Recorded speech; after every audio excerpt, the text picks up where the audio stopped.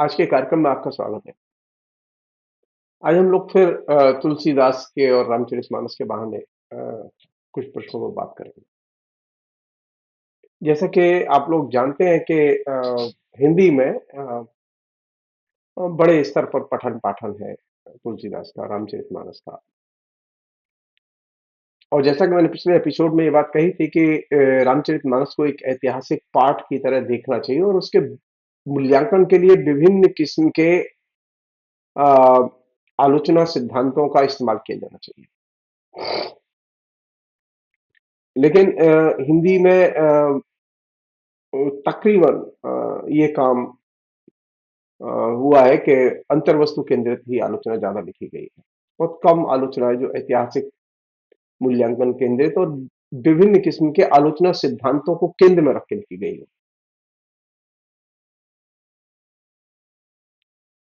और हाल के जो 40-45 सालों में तो एक और फिनोमिना डेवलप हुआ है हिंदी आलोचना में, वो ये कि आलोचना से ही लोग नफरत करने लगे और ये मानते हैं कि ये तो आलोचना का काम जो है ना, वो ये मास्टरों का काम है, ये बकवास काम है।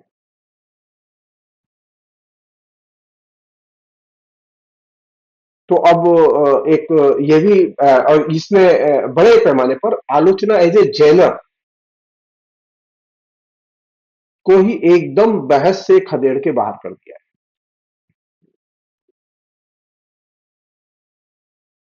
ये जो आलोचना में आलोचना को रिजेक्शन का भाव, आलोचकों को एक दूसरे को रिजेक्ट करने का भाव, ये प्रवृत्ति हिंदी में है और ये बड़ी तकलीफदेह प्रवृत्ति है।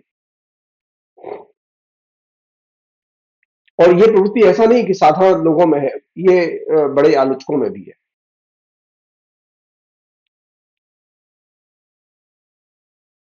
तो आलोचना को एक जेनर के तौर पर, एक डिसिप्लिन के तौर पर, और आलोचना के जो विभिन्न स्कूल हैं जो सारी दुनिया में विकसित हुए हैं, भारत में भी बहुत सारे स्कूल हैं, उनका इस्तेमाल कायदे से किया जाना चाहिए और आलोचना को एक जेनर के तौर पर सम्मान की दृष्टि से और आलोचक को सम्मान की दृष्टि से देखा जाना चाहिए। वो आलोचक यूनिवर्सिटी टीचर भी हो सकता है, वो आलोचक कोई पत्रकार का संपादक या लेखक भी हो सकता है। और ये जो चीज मैं आपसे रेखांकित कर रहा हूं, ये चीज खासतौर पर तुलसी के मूल्यांकन के संदर्भ में और भक्ति काल के आंदोलन के मूल्यांकन के संदर्भ में खासतौर पर आलोचकों में सबसे पहले ये चीज निकल के आई।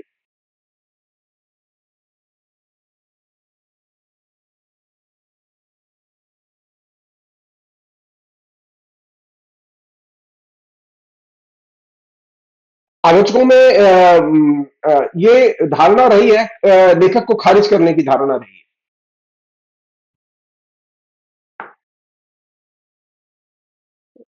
मेरा मानना है कि किसी भी लेखक को खारिज नहीं कर सकते आप, वो चाहे अच्छा लिखे या कम अच्छा लिखे। दो ही तरह का लेखक है, या तो अच्छा है या कम अच्छा है।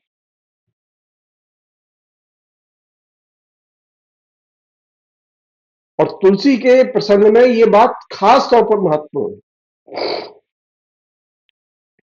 तुलसी की आलोचना गरियाने से कंप्लीट नहीं होती।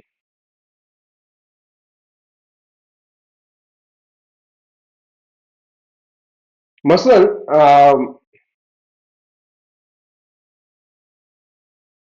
रामगे राघव ने जो आलोचना लिखी है उसे तरीके से पढ़ा जाना चाहिए, राहुल संकीर्तन ने जो लिखा उसे भी तरीके से पढ़ा जाना चाहिए। उसी तरह रामविलास शर्मा ने और नामवर सिंह ने जो लिखा उसे भी आलोचना के नजरिए से पढ़ा जाना चाहिए, खारिज करने के नजरिए से नहीं पढ़ा जाना चाहिए।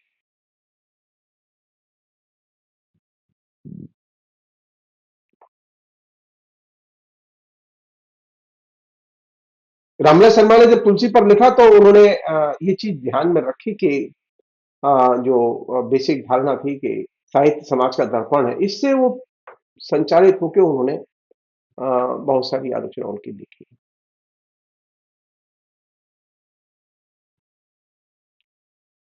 रामचरितमानस एक साहित्यिक कृति है, धार्मिक कृति नहीं है, इसलिए आध्यात्मिक दृष्टिकोण से रामचरितमानस पर कोई बात नहीं की जा सकती। वो एक साहित्यिक कृति है और एक लेखक का सृजन है। वो उपासना के लिए लिखी गई रचना नहीं है। इसलिए और ये जो भक्ति आंदोलन के कवि हैं, ये भक्ति के कवि नहीं है। इन्होंने उपासना साहित्य नहीं लिखा है, उन्होंने भक्ति साहित्य लिखा है, बल्कि साहित्य लिखा है। भक्ति उसमें एक विशेषण है।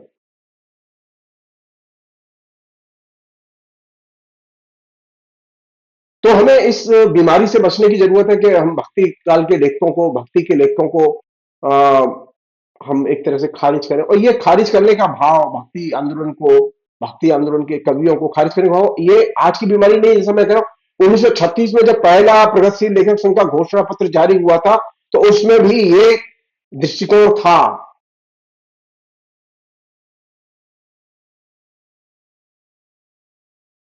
इस दृष्टिकोण से निकालने में लेखकों को, प्रोफेसरों को, शिक्षकों को और हिंदी साहित्य को,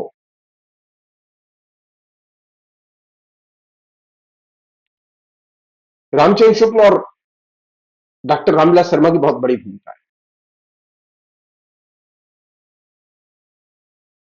ये जो भक्ति आंदोलन को पूरी तरह से खारिज करना, ये जैसा कि मैंने आपसे कहा कि 1936 और 1938 के जो प्रगतिशील लेखक संघ के घोषणा पत्र, उनके घोषणा पत्रों में ये चीज मेंशन है।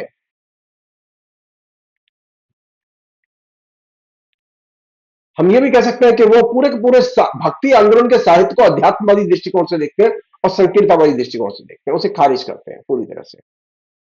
उसी तरह हमारे यहाँ जो हिंदी भाषी क्षेत्र में जिस समाज सुधार के आंदोलन का सबसे ज्यादा असर है, वो है आर्य समाज। दयानंद सरस्वती ने पूरी तरह से भक्ति आंदोलन की भूमिका को खारिज किया। कालांतर में अंबेडकर ने यही काम अपने तरीके से किया। उन्होंने भक्ति आंदोलन के कवियों के योगदान को मूल्यांकन के योग्य ही नहीं समझा। और आपको अंबेडकर को पढ़ के लगेगा कि हिंदी भाषी क्षेत्र में तो जाति प्रथा के खिलाफ में अंबेडकर के पहले कोई लड़ाई नहीं लड़ी गई, जो गलत है। तो ये जो अध्यात्मवादी दृष्टिकोण से देखना भक्ति आंदोलन को, भक्ति आंदोलन के कवियों को, और संकेतवादी दृष्टिकोण से देखना, ये ठीक नहीं है। या उनकी अवहेलना करना, ये भी ठीक नहीं है। हिंदी भाषी क्षेत्र की जनता के बारे में, उसके जीवन के बारे में, उसके तमाम किस्म की मूल्य संरचनाओं के बारे में जब बात होगी, तो भक्ति आंदोलन के कवि और भक्ति आंदोलन के कवियों की रचनाएं बहुत ही महत्वपूर्ण प्रस्थान बिंदु है बहस का। बल्कि यह कहना ज्यादा सही होगा कि मध्यकाल को विश्लेषित किए बिना आप आगे नहीं जा सकते।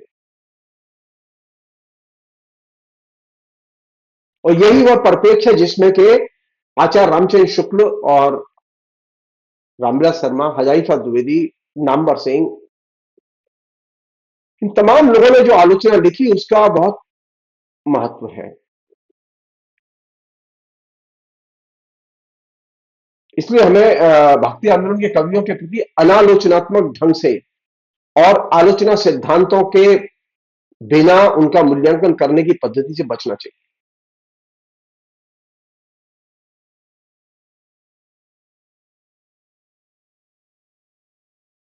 देखा नहीं, ये मतलब पहली परंपरा, दूसरी परंपरा, ये जो परंपराएं अपने तरीके से बनाई वो अलग चीज है। लेकिन असल बात यह है कि भक्ति आंदोलन की रिकॉग्निशन, भक्ति आंदोलन के कवियों का मूल्यांकन,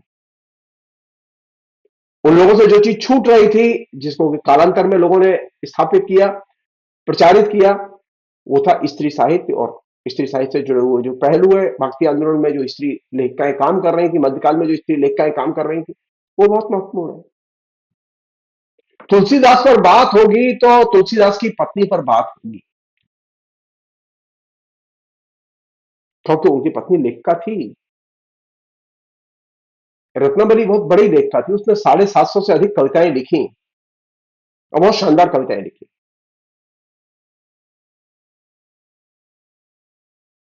आज के जमाने में अगर भक्ति आंदोलन का मूल्यांकन होगा तो दलित साहित्य के लेखक जो दलित परंपरा से आते हैं, उनका मूल्यांकन दलित साहित्य के दृष्टिकोण से होगा।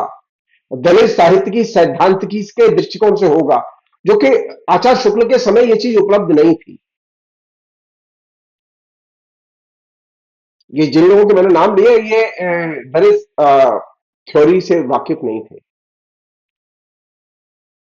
साहित्य के क्षेत्र में जब भी मूल्यांकन में हम दाखिल होंगे तो वर्तमान का दृष्टिकोण हमारी महत्वपूर्ण मदद करेगा इतिहास दृष्टि के निर्माण में। आज जब हम तुलसी पर बात करेंगे, तो जैसा मैंने आपसे कहा कि तुलसी पर आज बात होगी कंप्यूटर के संदर्भ में, दलितों के संदर्भ में, स्त्री के संदर्भ में, क्योंकि ये आज की प्रमुख प्रवृत्तियां हैं।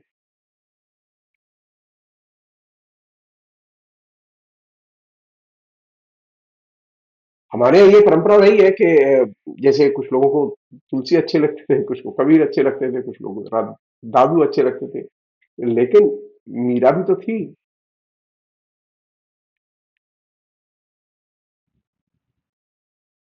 कबीर ने एक परंपरा बनाई, उस परंपरा में बड़े पैमाने पर दलित लेखक आए, और कबीर ने पहले जो उनके पहले जो दलित परंपरा थी उसके साथ में अपने को जोड़ा। कबीर कोई अचानक आकाश से थोड़ी टपके थे। कबीर के पहले एक परंपरा थी, दलित लेखकों की परंपरा थी।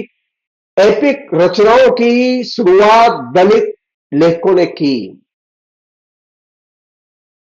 ये गलतफहमी दिमाग से निकाल देनी चाहिए दलित आलोचकों को कि महाभारत और वाल्मीकि की रामायण, इनके जो रचयिता हैं वेद व्यास और वाल्मीकि, ये तो दलित है। तो हमारे यहां तो साहित्य की नींव ही दलितों ने रखी है। तो एक बड़ी लंबी विरासत है, उस पर कभी अलग से बात की जाएगी। दलित साहित्य की, दलित लेखकों की, दलित चिंतन की एक बड़ी विरासत है। उस विरासत में नाथों और सिद्धों के साहित्य का एक बहुत बड़ा हिस्सा। बाद में भक्ति आंदोलन में भी बहुत सारे लेखक आए। तो ये न दिमाग में रखा जाए कि खाली अब आधुनिक काल में दलित लेखक आ गए और आधुनिक काल में ही दलित साहित्य पर बात होने लगी, और कभी और अम्बेडकर जब आए तभी जाति प्रथा के खिलाफ लड़ाई शुरू हुई। ये गलत हमें दिमाग से निकाल देनी चाहिए।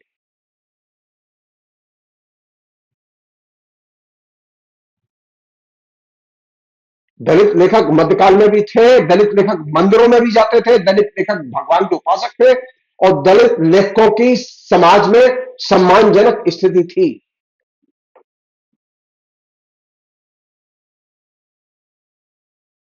तो जब हम तुलसी पर बात करेंगे तो इस पर्सपेक्टिव से बात करें कि हम आलोचना सिद्धांत की मदद लेंगे, हम वर्तमान के परिप्रेक्ष्य में बात करेंगे।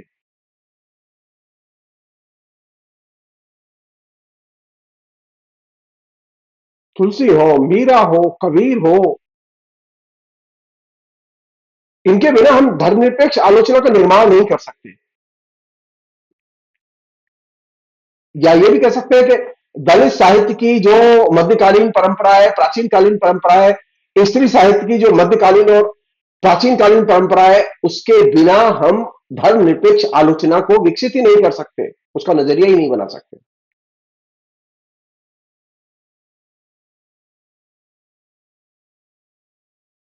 एक और चीज है जो कि कायदे से, ये पर्सपेक्टिव के लिहाज से, ये जो बात मैंने आपके सामने रखी, ये बहुत जरूरी है, क्योंकि हमारे यहाँ मतलब आलोचना में एक तरह से झाड़ू मार आलोचना बहुत लिखी जा रही है। ये साहित्य में जो झाड़ू मार आलोचना है, इससे बचा जाना चाहिए। इससे कालजयी रचनाओं की, रामचरितमानस में पसंद करूं या न करूं, वो कालजयी रचना है। कालजयी रचनाओं के मूल्यांकन के मानक अलग होंगे।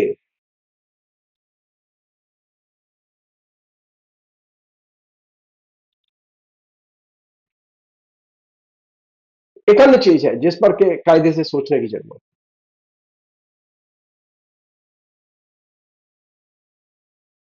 वो ये कि ये जो पूरा दौर है, इस पूरे दौर में हम ये बात सोचें कालजयी रचना किसने लिखी? एपिक रचना किसने लिखी? कालजयी एपिक रचनाएं लिखी उन लोगों ने जो कि वंचित समाज से आते थे। एक ऐसे समय में वे रचनाएं लिखी गई जबकि समाज बहुत पिछड़ा हुआ था। आज कोई रामचरितमानस जैसी रचना लिख नहीं सकता। आज कोई भी लेखक महाभारत जैसी रचना लिख नहीं सकता। क्यों? यही मुझे कार्ल मार्क्स की वो चीज याद आती है जो कायदे से हमारी मदद करती है समझने में।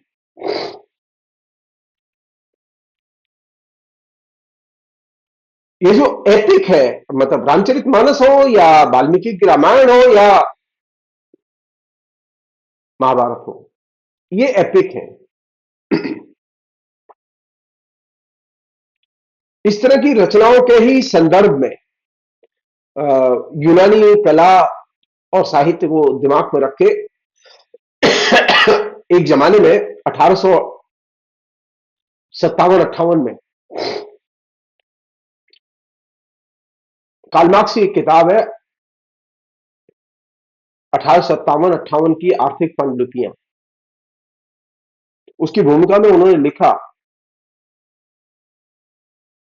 जहां तक कला का संबंध है यह सुविदित है कि उसके कुछ शिखरों का समाज के आम विकास के साथ कदाप मेल नहीं है, न उनका इसके भौतिक आधार के मानो उसके संगठन के अस्थि पंजर से ही मेल है।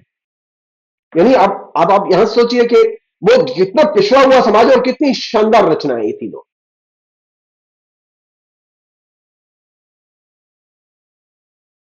हम तो ये पढ़ते रहे कि जैसा समाज होगा वैसा ही साहित्य होगा, क्योंकि समाज का प्रतिबिंब है साहित्य।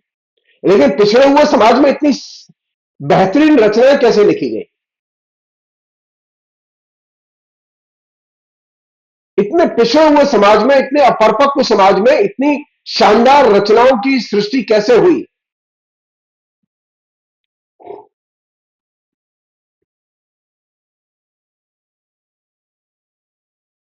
आप ध्यान कीजिए कि मार्क्स जब महाभारत और वाल्मीकि की रामायण जैसे एपिक रचनाओं के संदर्भ में कह रहे हैं, तो वो ये बात कहते हैं, उनके दिमाग में होमर है। वो कहते हैं कि ये हमारे सामाजिक बचपन की रचनाएं हैं। मार्क्स कहते हैं कि जिस तरह बच्चे का भोलापन आनंद देता है, सब समय मोहक लगता है, उसी तरह ये रचनाएं भी प्रत्येक काल में मोहक लगती हैं और आनंद देती हैं। मार्क्स ने एक और बहुत मार्के की बात कही। मार्क्स ने लिखा कि कुछ बच्चे कुशाग्र बुद्धि होते हैं और कुछ ठस दिमाग के होते हैं। प्रश्न यह है कि क्या हमारी जो प्रगतिशील आलोचना है उसने कुशाग्र बुद्धि और ठस दिमाग के लेखकों के बारे में कुछ सोचा? क्या ये तुलसी, वाल्मीकि, वेदव्यास ये ठस दिमाग के या कुशाग्र बुद्धि के बच्चे हैं?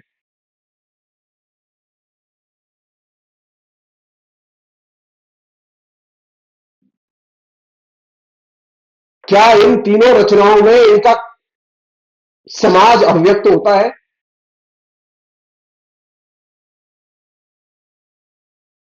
वास्तविकता है कि इन तीनों ही रचनाओं का अपने समकालीन यथार्थ से कोई संबंध नहीं है, उसकी कोई अवहेलना ही नहीं होती।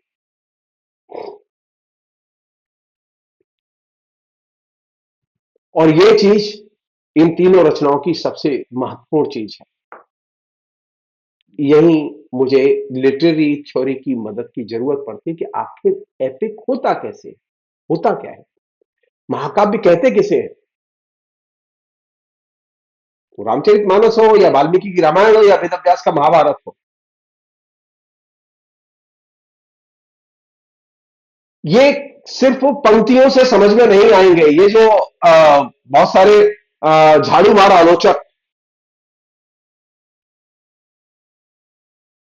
जो हिंदी में है, जो आए दिन तुलसी पर हमले करते रहते हैं। वे विधा के नियम नहीं जानते। उन्हें नहीं मालूम कि महाकाव्य का विधा के तौर पर नियम क्या है। और वही उनको दोष ही क्यों दे। हमारे यहां बहुत सारी जो आलोचना लिखी गई तुलसी पर या वाल्मीकि पर या महाभारत पर, उसमें भी ये एक गैप है। वे विधा के जैनरगत व्यवस्था, उसके जो नियम है, उनको वो लिखते ही नहीं, उसका पालन ही नहीं करते। सवाल यह कि रामचरितमानस में क्या विधा के, एपिक विधा के, महाकाव्य एक विधा के तौर पर उसके नियम है, और वो है तो वो क्या है। बिना इन नियमों को जाने आप वो एपिक को समझ नहीं सकते, रामचरितमानस को या किसी भी महाकाव्यात्मक रचना को समझ नहीं सकते।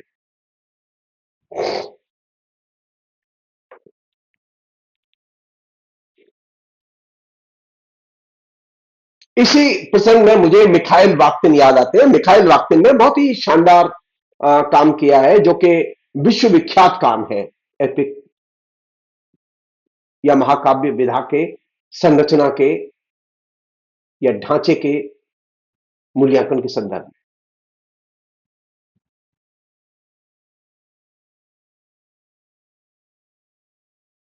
वाक्तिन ने जो बात कही है वो 100% इन तीनों रचनाओं पर लागू होती है, और इन तीनों ही रचनाओं पर नहीं, जो भी महाकाव्य है उन पर लागू होती है। हमारे अनेक महाकाव्य हैं, रघुवंश है, हमारी और भी रचनाएं हैं। ऐसा नहीं कि ये तीन ही है, अनेक रचनाएं हमारे यहाँ। छठी शताब्दी, 7वीं शताब्दी तक आते आते महाकाव्य लिखना बंद हो गया था।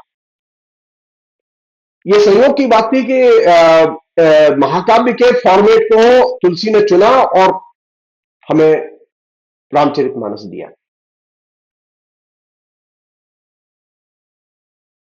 महाकाव्य की विशेषता है, वाक्तिन कहते हैं कि वहां अतीत की आदर्शीकृत स्मृतियों के कारण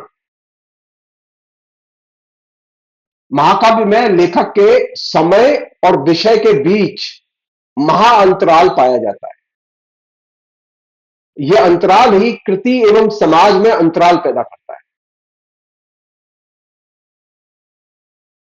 राम कब हुए? वाल्मीकि के युग में नहीं हुए, वो तुलसी के युग में नहीं, वो तुलसी और वाल्मीकि से लाखों साल पहले हुए थे। वही दशा महाभारत की है, वेद व्यास की, और वेद व्यास के जो कथ्य है उसकी भी है। वहां अतीत की आदर्शीकृत स्मृतियां हैं,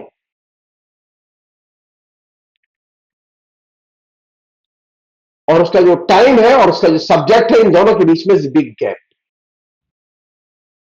और ये बिग गैप कृति और समाज के बीच में भी महाअंतराल के तौर पर व्यक्त होता है।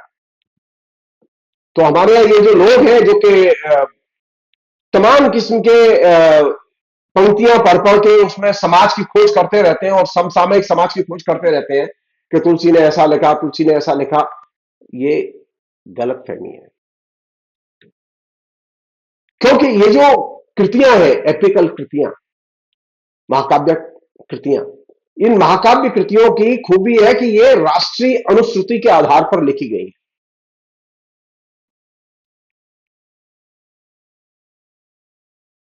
इन कृतियों की जो कहानियां हैं वो जन में प्रचलित रही है, और वहां से वो उसके कथ्य को उठाया गया है। और इन रचनाओं के, बाख्तिन कहते हैं कि जो एपिकल रचनाएं हैं, इनके चरित्र अमूमन वीर होते हैं, और ये रचनाओं का ढांचा कुछ इस तरह से होता है कि इसमें रद्दोबदल संभव नहीं है।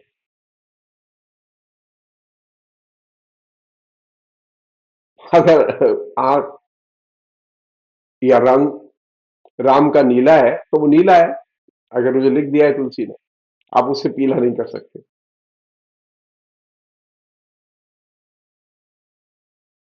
भागतिन कहते हैं कि महाकाव्य का जो विषय है वो राष्ट्रीय महिमा मंडित अतीत होता है। और अगर हम गेटे और सिलर की टर्मिनोलॉजी का इस्तेमाल करें तो इसे हम कहें निरपेक्ष अतीत, उसका वो महिमा मंडन करते हैं। और जैसा कि मैंने अभी आपसे कहा कि उसकी जो दूसरी जो बहुत महत्वपूर्ण विशेषता है महाकाव्य की, जिसके बिना आप रामचरितमानस को समझ नहीं सकते, वो ये कि इसका जो स्रोत है, लोग सोचते हैं किसके कहानी, किसके कहने से लिखा, कौन प्रेरक था, क्या था। महाकाव्य का स्रोत राष्ट्रीय अनुश्रुति होती है, उसका स्रोत निजी अनुभव और उसके आधार पर की गई कल्पना नहीं होती। तो राम और तुलसी के बीच में कोई रिश्ता बनाने की आप कोशिश करेंगे तो वो गलत निष्कर्ष पर पहुंचेंगे, क्योंकि वहां लेखक का कोई निजी अनुभव नहीं और कोई निजी कल्पना नहीं, वहां जो राष्ट्रीय अनुश्रुति है उसी को ही वो रिक्रिएट करता है। बल्कि ये कहना ज्यादा सही होगा, वो थर्ड जो उसका बहुत महत्वपूर्ण लक्षण है वो ये कि महाकाव्य का जो संसार होता है, जो उसका पूरा ढांचा है, जो उसमें कथानक फैला हुआ है, उसका पूरा संसार और समसामयिकता के बीच में बिग गैप होता है। यानी रचयिता और श्रोता, इन दोनों के बीच में बिग गैप होता है।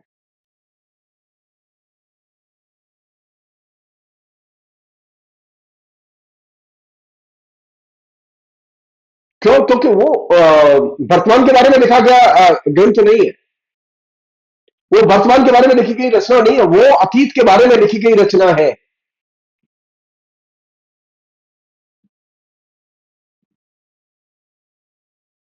इसमें रचनाकार का लक्ष्य होता है अलभ्य अतीत को अर्जित करना। तो इस अलभ्य अतीत को जिसको कि वो अर्जित करना चाहता है, उसको श्रद्धा नत होकर स्वीकार करने के अलावा कोई विकल्प नहीं होता। आप लाख आलोचनाएं लिखें, आप इससे आपको रामचरितमानस समझ में नहीं आएगा। रामचरितमानस या किसी भी महाकाव्यात्मक रचना की पहली शर्त है कि आप उसमें जो लिखा गया है और जिस रूप में लिखा गया है उसी रूप में उसे स्वीकार करें। आप अपने कल्प विकल्प लगाते रहिए, उससे उसकी आलोचना विकसित नहीं होगी। हकीकत यह है कि लेखक और उसका जो श्रोता है, पाठक है, वो दोनों एक ही टाइम में रहते हैं, लेकिन कहानी लाखों साल पुरानी है। राम के युग के मूल्य राम लाखों वर्ष पहले हुए, और तुलसी के युग के मूल्य और तुलसी का जो पाठक है उसके युग के मूल्य, इन दोनों के बीच में लाखों वर्ष का अंतर है।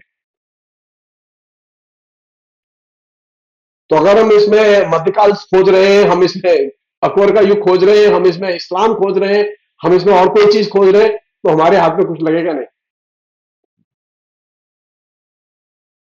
क्यों? क्योंकि ये जो अलभ्य अतीत है जिसे वो अर्जित करना चाहता है, ये इन दोनों का मूल्य, यानी राम के मूल्य और तुलसी के मूल्य और तुलसी के पाठक के श्रोता के मूल्य, ये तीनों अलग अलग हैं और इन तीनों के बीच में बिग गैप।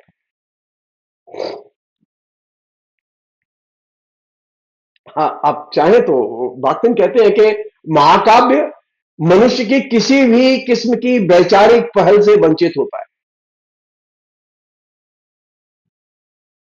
यहां तक कि पात्र और रचयिता ये भी वंचित होते हैं। वहां एक कंप्लीट जिसे निष्पन्न विश्व दृष्टिकोण है जो कि व्यक्त किया गया है, वो नायक के जरिए, नायिका के जरिए, पात्रों के जरिए, उसको अनिवार्यता और निर्विवाद तौर पर स्वीकार करने के अलावा कोई विकल्प नहीं होता। और ये एपिक की अपनी विशेषता है। हम ये भी कह सकते हैं कि जैसा कि बाख्तिन कहते हैं कि जो एपिक होता है वो महाकाव्य जो मानवीय पहल होती है, मानवीय पहल से महाकाव्य एकदम वंचित होता है। आप इसमें रद्द बदल नहीं कर सकते। आप चाहें तो करके देख लीजिए, आप बदल नहीं सकते उसे, क्योंकि वहां जो भाषा अवधि में जो चीज तैयार की गई है, संस्कृत में जो चीज तैयार की गई है, वो आप दोबारा क्रिएट कर ही नहीं सकते। रामचरितमानस जब लिखा जा रहा था, या वाल्मीकि की रामायण जब लिखी जा रही थी, या महाभारत जब लिखा जा रहा था, तो भारत बहुभाषी समाज था और आज भी है। लेकिन ये तो एक भाषा में लिखे गए। तो एपिक का संसार एक भाषी संसार होता है। एपिक के जो पात्र है वो एक ही भाषा बोलते हैं, जबकि वास्तविकता यह है कि वो एक भाषा नहीं बोलते, जीवन में एक भाषा नहीं बोलते। लेकिन एक भाषी संसार है। अगर आप रामायण पढ़ो तो सब अवधि बोल रहे हैं। रावण, श्रीलंका के रहने वाले लोग भी अवधि बोल रहे हैं और राम भी अवधि बोल रहे हैं, तो एक भाषी संसार है उसका।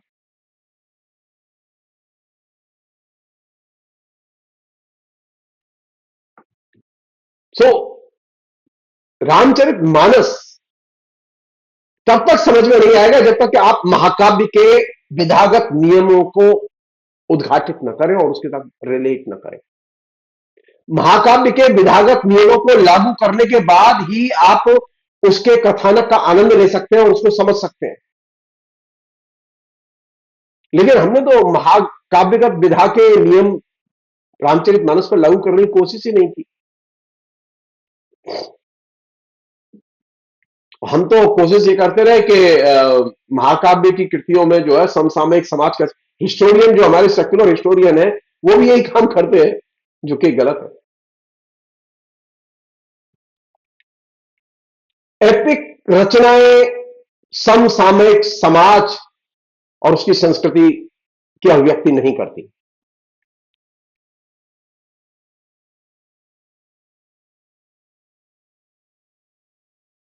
जो लोग एपिक रचनाओं में, अब हुआ ना, कई एपिक रचनाओं पर हमारे यहाँ हिस्टोरियंस ने लिखा है, जेएनयू के अनेक हिस्टोरियंस ने लिखा है और भी हिस्टोरियंस ने लिखा है, और वो समसामयिक समाज को खोजने की कोशिश की, जो कि एकदम अनहिस्टोरिकल, अनसाइंटिफिक है। मिखाइल बाख्तिन के दृष्टिकोण के हिसाब से वो एकदम गलत है, क्योंकि वे महाकाव्य की जो विधागत विशेषताएं हैं वे दर्ज ही नहीं करते, उन्हें नोटिस ही नहीं लेते, उसकी रोशनी में वे उन कृतियों को देखते नहीं है। वे सिर्फ अंतर्वस्तु का अध्ययन करते हैं। कायदे से महाकाव्यगत विधा और उसकी विशेषताएं और अंतर्वस्तु दोनों को मिला के पढ़ा जाना चाहिए। अंततः तो फिर अंतर्वस्तुवादी आलोचना होगी जो कि बड़े पैमाने पर लिखी गई है। सो अंतर्वस्तुवादी आलोचना से बचा जाना चाहिए। अब एक दूसरी बीमारी है जिसकी की तरफ मैं ध्यान खींचना चाहता हूं, वो ये कि अब लोगों ने क्या किया कि आलोचकों ने मर्यादा पुरुषोत्तम के रूप में राम का चित्रण किया है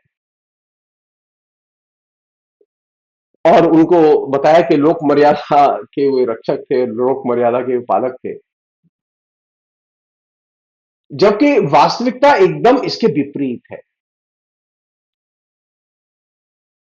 रामचरित मानस की समूची परिकल्पना, ये जो मैंने महाकाव्य का ढांचा आपके सामने पेश किया है, इस संदर्भ में अगर आप देखें तो रामचरित मानस की समूची परिकल्पना पुरानी इच्छा, मंशा और मान्यताओं को चुनौती देती है। ये इसकी एक सेंट्रल थीम है और इसमें नए के प्रति आकर्षण है। जब ये रचना लिखी गई, इसके पहले जो चीज प्रचलन में थी, पुरानी इच्छाएं, पुरानी मंशा, इंटेंशन, लेखक की इंटेंशन क्या है और मान्यताएं क्या है समाज की, उनको वो चुनौती देता है और नई इच्छा, मंशा और मान्यताओं को वो प्रस्तुत करने की कोशिश करता है। एक और चीज है, वो ये कि हमारे यहां ये पहले प्रचलन में थी ये चीज, स्त्री की पवित्रता, उसके सार्वजनिक स्थानों से उसकी दूरी, ये दोनों चीजें अपने तरीके से रामचरित मानस इन पर सवाल खड़े करता है और इनको चुनौती देता है। अब जाहिर है कि स्त्री को स्पर्श तो किया था ना रावण ने। पवित्र सीता को ले गया था उठा के। जैसे कौन सी चीज नष्ट हुई? स्त्री की पवित्रता की धारणा। रामचरितमानस में तमाम ऐसे प्रसंग हैं जहां के सार्वजनिक क्षेत्र में, सार्वजनिक जीवन में, पब्लिक स्पेस में स्त्रियां दाखिल होती हैं जश्न के साथ, उत्सव के साथ। तो ये जो स्त्री की पवित्रता और स्त्री को सार्वजनिक स्थानों से दूर रखने की जो धारणा है, इसका प्रतिवाद तुलसी करते हैं।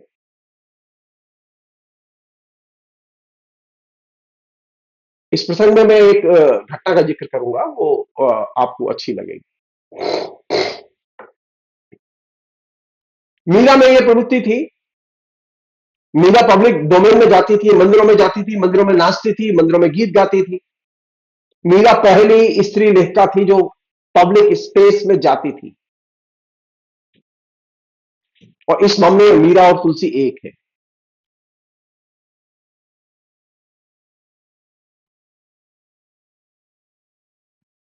मीरा के इस आचरण की वजह से उसे घर से निकाल दिया था उसके ससुराल वालों ने, क्योंकि वो मंदिरों में नाचती थी और गाती थी। वह जमाना था जबकि स्त्रियों को, खासतौर पर घरेलू स्त्री को, सार्वजनिक स्थानों में जाके सार्वजनिक गतिविधियों में भाग लेने की अनुमति नहीं थी। और सार्वजनिक गतिविधियों के खिलाफ में एक तरह से माहौल बनाया हुआ था, औरत जाएगी तो बहुत हंगामा होता। तो मीरा पहली ऐसी लेखिका थी जो कि सार्वजनिक स्पेस में दाखिल होती है, सार्वजनिक गतिविधियों में भाग लेती है, सत्संग करती है, मंदिरों में नाचती है, गाती है और प्रतिवाद करती है उस मानसिकता का जो कि उस समय बनी हुई थी। पूरा जो कृष्ण काव्य है वो क्या है? गोपियां और राधा, इनकी जो सारी गतिविधियां हैं कृष्ण के साथ में, वो क्या है? वो सार्वजनिक स्पेस में की गई गतिविधियां स्त्री की। यही दशा तुलसी की भी है। उन्होंने भी सार्वजनिक कार्यक्रमों में बड़े पैमाने पर स्त्रियों के चित्रण को पेश किया है रामचरितमानस में। सार्वजनिक स्थानों में स्त्रियों का व्यापक चित्रण, उनकी स्त्रियों की मौजूदगी, उसमें स्त्री के लिए स्पेस, सार्वजनिक स्पेस होना चाहिए, इस धारणा को पैदा किया। और ये एक नई चीज थी। इसने जो स्त्रियों के बारे में जो संस्कृत साहित्य और साहित्य की परंपरा में जो धारणा बनी हुई थी, उस धारणा को एकदम चुनौती दी, उसको एकदम नष्ट कर दिया।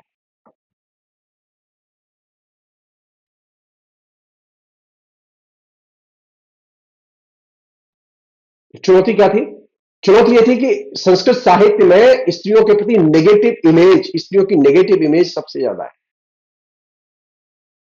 वो महाभारत में पशु कथाओं में है, पंचतंत्र में है, कथा सरित सागर में है, शुक सप्तशती में है। स्त्री के नेगेटिव चरित्र मिलेंगे आपको। तो तुलसी ने जो सबसे मूल्यवान काम किया, जिस पर कायदे से ध्यान दिया जाना चाहिए, क्योंकि आजकल स्त्री साहित्य का, स्त्रीवादी दृष्टिकोण का महत्वपूर्ण दौर है। तो ये ध्यान दिया जाना चाहिए कि स्त्री की जो इमेज, नकारात्मक इमेज जो संस्कृत साहित्य में बड़े पैमाने पर चित्रित की गई थी, कि स्त्री चरित्रहीन होती है, दुष्ट होती है, उल्टा होती है, नागिन होती है, उसकी बजाय स्त्री की सामान्य और पॉजिटिव इमेज तुलसी ने क्रिएट की, और जो बहुत बड़ी चीज है।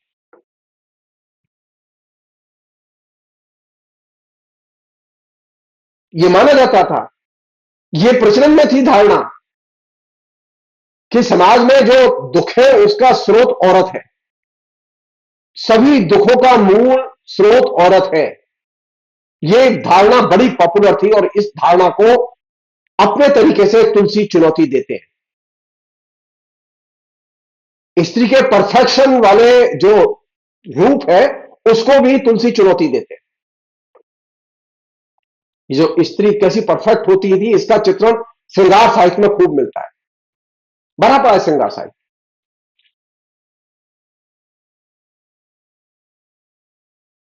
तो तुलसी, अगर मुझसे पूछे तो स्त्री के लिए स्पेस, सार्वजनिक स्पेस, स्त्री की पॉजिटिव और नॉर्मल इमेज, ये दो बड़े काम करते हैं जो कि आज सबसे बड़ी ताकत है फेमिनिस्ट मूवमेंट की।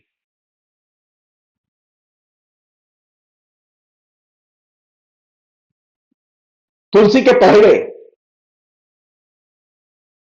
नायक और नायिका के बीच में अभिन्नता नहीं होती, प्रेम में अभिन्नता नहीं होती थी, लेकिन तुलसी के राम और सीता के बीच में प्रेम एकदम अभिन्न है, एक दूसरे से गाढ़ा प्रेम करते हैं।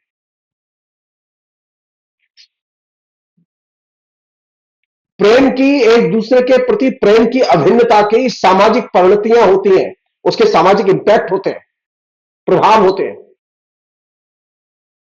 श्रृंगार रस के लेखकों ने इसका चित्रण नहीं किया था कभी। तो तुलसी एक नया विकल्प तैयार करते हैं जो श्रृंगार रस का पूरा जो ढांचा था उसे तहस नहस कर देते हैं स्त्री के बारे में, स्त्री पुरुष के चित्रण के संदर्भ में।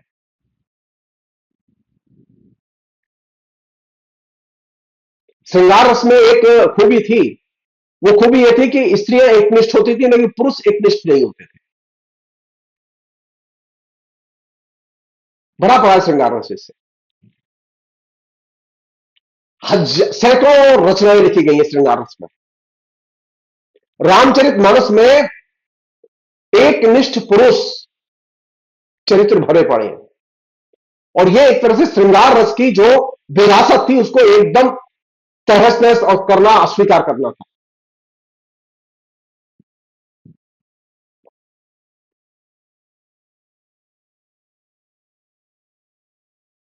आप थोड़ा सा रामचरित मानस को ध्यान से पढ़िए, जैसा मैं आपसे सजेस्ट कर रहा हूं आपको, कि रामचरित मानस में जो लंका कांड में रावण जब राम के साथ युद्ध कर रहा है और वह युद्ध अंतिम दौर में है, उस समय राम ने पुरुष की एक नई परिभाषा दी है जो लैंगिकता से पूरी तरह मुक्त है। राम क्या कहते हैं? राम कहते हैं कि पुरुष तीन तरह के होते हैं, वे गुलाब, आम और कटहल की तरह के होते हैं। गुलाब की कोटि के पुरुष फूल देते हैं, आम की कोटि के पुरुष फूल और फल दोनों देते हैं, जबकि कटहल में सिर्फ फल ही लगते हैं। इसी तरह पुरुषों में एक कोटि ऐसे पुरुषों की है जो कहते हैं किंतु करते नहीं। दूसरी कोटि में वे पुरुष आते हैं जो कहते हैं और करते भी है, यानी इनकी कथनी करनी है, भेद नहीं है। और तीसरी कोटि ऐसे पुरुषों की है जो करते हैं किंतु वाणी से कहते नहीं। तुलसीदास ने कहा है, लिखा है, जन कल्पना करे सुजस ना सही, नीत सुनहि करे क्षमा, संसार मह पुरुष त्रिविध, पाटल रसाल पनस समा। एक सुमन प्रद, एक सुमन फल, एक फल केवल लागहि, एक कहे कहे करे अपर, एक कहे कहत न बागहि। ये जो पुरुष का कॉन्सेप्ट, ये पूरे के पूरे श्रृंगार साहित्य के पूरे 1700-1800 साल के चित्रण में कहीं नहीं मिलता, और ये बहुत महत्वपूर्ण चीज है। एक अन्य चीज, और ये कह के मैं बात खत्म करूंगा,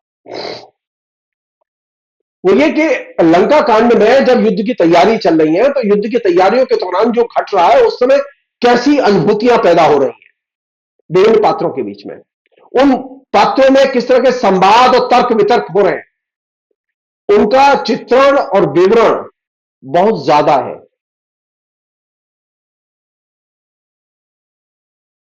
हिंसा कितनी हो रही है, वहां कितने लोग कैसे मारे जा रहे हैं, युद्ध का विवरण कम है।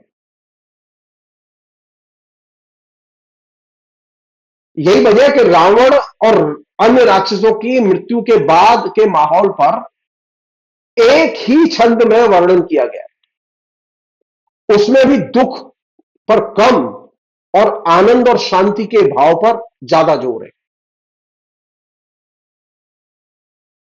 रावण की मौत पर मंदोदरी दुखी नहीं होती, बल्कि रावण की मौत को दुर्लभ मौत की संज्ञा देती है। रावण और उसके समूचे राक्षस समूह के नाश पर।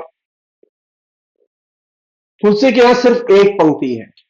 तुलसी ने लिखा है, भरे लोचन रघुपति निहारी, प्रेम मगन सब भय सुखारी, रुदन करत देखी सब नारी, गयो विभीषण मन दुख भारी। और ये पंक्तियां बहुत महत्वपूर्ण है। फिलहाल इतने, बहुत बहुत शुक्रिया, थैंक यू।